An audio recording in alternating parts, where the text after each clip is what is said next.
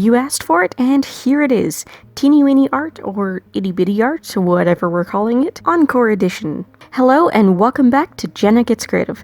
Last time I believe this was only a 4-way collab, Weblight Dreams, Aurora's Art World, the Lori Files, and myself. This time we're also being joined by Draw Art Lab and Invoke Art Sense. Invoke Art Sense was just accepted into the Art Addicts Alliance, by the way, so welcome. As mentioned, today we're doing round 2, making tiny works of art. I've had a few sneak peeks, and I know some of my collaborators went extremely tiny this time, which is awesome. Definitely go check everyone else out after this if you haven't already. I'll be sure to link them all in the description down below and in the pinned comment. When we first set a date to do this, I was planning to go ultra small myself, but we're getting close to the deadline for a contest I wanted to enter, so I stuck with my 3x3 inch canvases and decided to get 2 things accomplished at once. If you haven't heard, Royal Talents North America and the Van Gogh Museum have teamed up on Instagram. They're holding a contest right now, and I believe they've extended the entry deadline to May 10th. It was originally going to be April 27th that it was closing, but now you've got time to enter if you haven't yet. There are 6 prize lots, 4 prizes of credits with Royal Talents, and 2 prizes of merchandise from the Van Gogh Museum. I'm really hoping for the Royal Talents credit myself. I would definitely be using it on Van Gogh watercolors. But anyway, the entry criteria for the contest is to pick a Van Gogh piece, get inspired, and paint something inspired by that in the medium of your choice. I picked a wheat field with cypresses, specifically the July 1889 version. That title can be applied to 3 different Van Gogh pieces, all completed in 1889, but this was the first. I've already done an in-depth biographic video about Van Gogh if you're interested, so I'm not going to reiterate the whole biography now, but I think I'd like to talk a little bit about this particular piece and that category of his paintings. As I already mentioned, I'm doing this on a 3x3 inch canvas. It's a cheap pre-primed canvas that I got off Amazon in a pack of 30 or something like that. Every last one of them has a slanted side, none of them are perfectly square, but I think I chose a good orientation for this one to camouflage it a bit. I'm painting in gouache today, a mixture of Simply and Aquafine paints, both by Dalerani. I really love gouache, and I've been itching to get more, but it looks like most places I could order from right now are out of stock on everything that's good quality but not astronomically expensive. I'm actually curious to give the Arteza gouaches a try, but right now only the metallics are in stock on Amazon. Guess I'm waiting. Excuse any brief spots where I bump the camera or it decides to focus on my hand. It was pretty much impossible to place the camera well to get a good angle on such a small canvas without it being in my way. All 3 versions of A Wheat Field with Cypresses were painted during Van Gogh's year-long voluntary stay at Saint-Paul-de-Mazolle in Saint-Rémy, France. He had good and bad periods during that time, and during the particularly bad spells he didn't paint, but when he was in good spirits during the warmer months, he did a lot of paintings in the wheat fields. This wasn't the first time he painted wheat fields.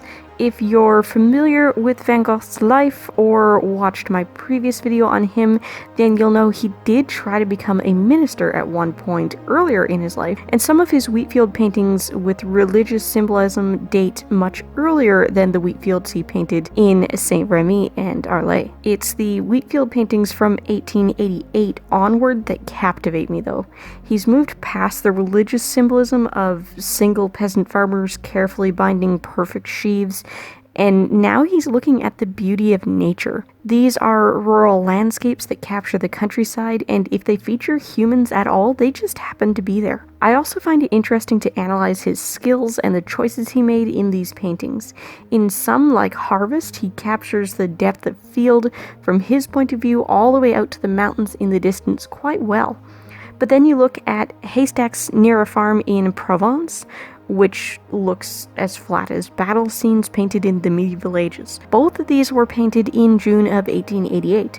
Why is it that these 2 paintings of similar subjects referencing the same farmer's field painted days apart look so different? Van Gogh was constantly writing letters back and forth with his brother Theodore, and while Van Gogh himself didn't keep a lot of his brother's letters, his brother kept most of his, so we have the unique opportunity to take a look into the artist's mind and collect a few clues about pieces like this. He often wrote about his work. Harvest is meant to depict, in his own words, the essence of country life. He saw the fields of La Cruz as looking like a vast and beautiful sea, and he wanted to capture that in his painting. He was quite pleased with Harvest, equating it to pieces done by the great Dutch masters before him. Haystacks was painted second and was intended to be a complement to Harvest. The area being considered in this painting is much smaller, just the space taken up by a couple of haystacks and a few houses in the background. It looks like he's gone and set up right in front of these haystacks to paint them, rather than viewing the countryside from a window like the perspective of Harvest. If you pay close attention to the houses and the woman in the background, those elements aren't completely flat.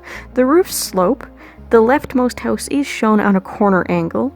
The woman is definitely behind the tall grass at the edge of the path, not floating above it. Yet, the haystacks themselves lack depth. There are actually 3 haystacks in this picture, but the 2 on the left look like one lopsided stack, and the one on the right doesn't appear to have much dimension at all. The texture of the loose hay on the ground in front of the haystacks looks like a continuation of the stack itself. I'm not pointing this out to say it's poorly done, because this is common for his style and for many other works from this time.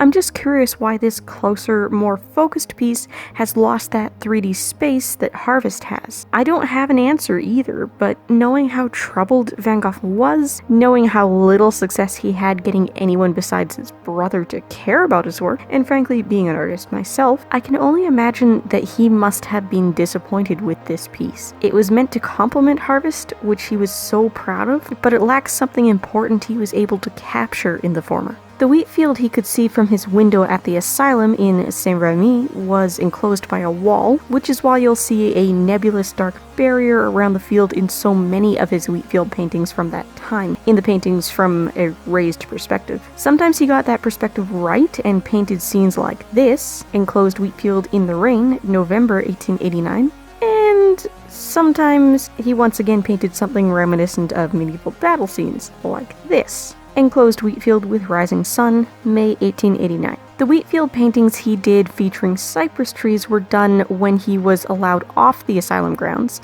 and able to wander out into the fields. This particular one I'm referencing tonight was done 3 times, as I already mentioned. First, he sketched it in ink with a reed pen. The first of the oil paintings was done in July and done on plein air, out in the field, using both the real scenery before him and his previous sketch. It's much more heavily worked than the second and third paintings, and it's probably so much more worked because he was out there observing nature live, and live sunlight isn't consistent. He ended up making 2 copies in oils in his studio, referencing the painting itself rather than going back out into the field and drawing from life again. Both copies are much lighter in value. This one, painted in September 1889, was essentially his refinement of the piece.